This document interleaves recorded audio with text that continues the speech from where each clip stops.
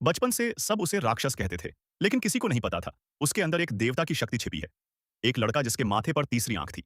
यही उसकी सबसे बड़ी कमजोरी भी थी और सबसे बड़ी ताकत भी। बचपन से उसे हर कोई सताता था। बच्चे उसे घेर लेते, उसे दानव कहकर चिढ़ाते हैं। एक दिन सब हद पार कर देते हैं। वह जवाब देने की कोशिश करता है, लेकिन उसे जोर से जमीन पर गिरा दिया जाता है और फिर उस पर पत्थर फेंके जाते हैं। अचानक एक पत्थर सीधे उसकी तीसरी आंख पर लगता है और उसी पल सब कुछ बदल जाता है। उसकी आंख से एक भयानक ऊर्जा फूट पड़ती है। युद्ध देवता की शक्ति पहली बार जाग उठती है। पूरे गांव में तूफान आ जाता है।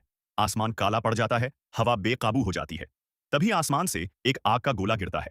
उसके अंदर से सैकड़ों सैनिक बाहर निकलते हैं और गांव में हाहाकार मच जाता है। हर तरफ मौत का तांडव शुरू हो जाता है।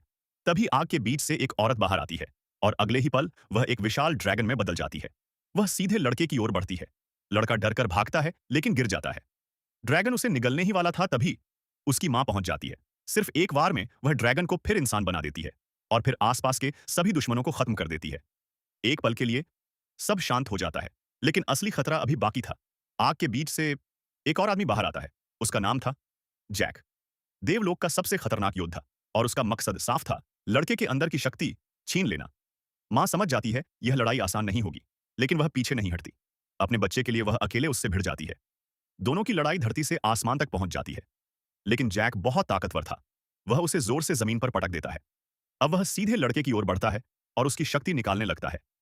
लड़का दर्द से तड़पने लगता है, मौत उसके बहुत करीब थी। यह देखकर उसकी मां आखिरी बार खड़ी होती है।